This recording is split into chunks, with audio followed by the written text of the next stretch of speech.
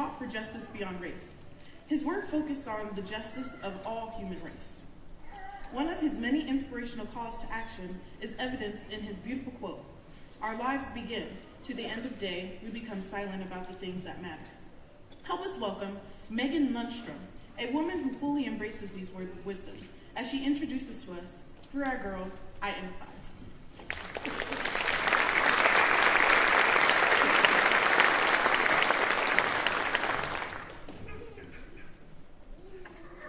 When I was first asked to speak today, I was honored to have the opportunity. But I'm also incredibly intimidated to be in a lineup of amazingly talented and accomplished women. I thought, who am I to speak on Dr. Martin Luther King Jr.'s day? Who am I to speak on issues that affect minority groups? Who am I?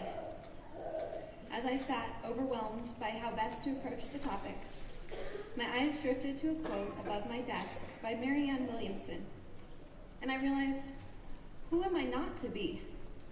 It was then that I remembered that my playing small most certainly does not serve the world. After all, how can I help free our girls by remaining silent? My silence, caused by my fear of scrutiny, will not bring freedom to those who need it. So it is with that realization that I stand before you today to speak on an issue that is affecting our community, and that is the issue of human trafficking. Human trafficking is defined as criminal activity in which humans are being used as possessions to be controlled and exploited.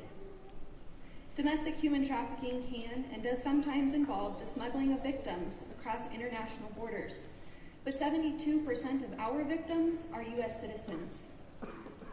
Human trafficking includes domestic servitude and forced labor, but up to 80% of human trafficking in the United States falls into the category of sexual exploitation.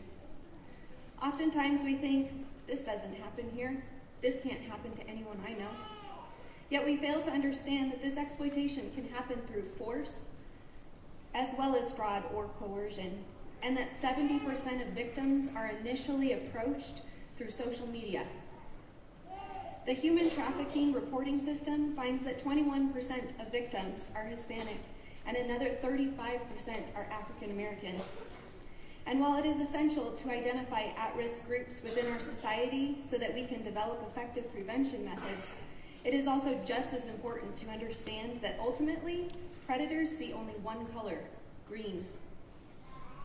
Human trafficking affects women of every race, every education level, and every economic status. It is an issue that can be found in large metropolitan areas, and it can be found here in our rural community. Wherever there is a lack of awareness, there is a risk of exploitation. This exploitation is a violation of civil and human rights. It is an injustice that is repeatedly carried out against our women, and at times encouraged and socialized through video games, media, and our culture. As Dr. King himself said, an injustice anywhere is a threat to justice everywhere. This issue is my heart because I myself am a survivor. For years, I was terrified to speak on what I had endured at the hands of my captors. But then I started to see the signs in my hometown, and I remembered that there are others out there still held in slavery. I refuse to remain silent about human trafficking because I have experienced the damage firsthand. I refuse to allow this to continue to happen to our women and children. These are our women, our wives, our sisters, our friends. These are our children, our daughters, our students, our girls. We must free our girls.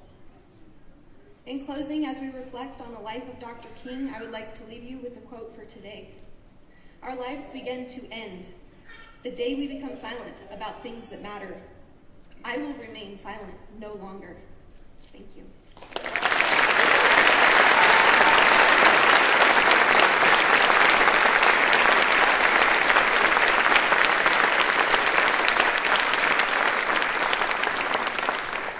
Thank you for that inspiring message. Last, but certainly not least, please help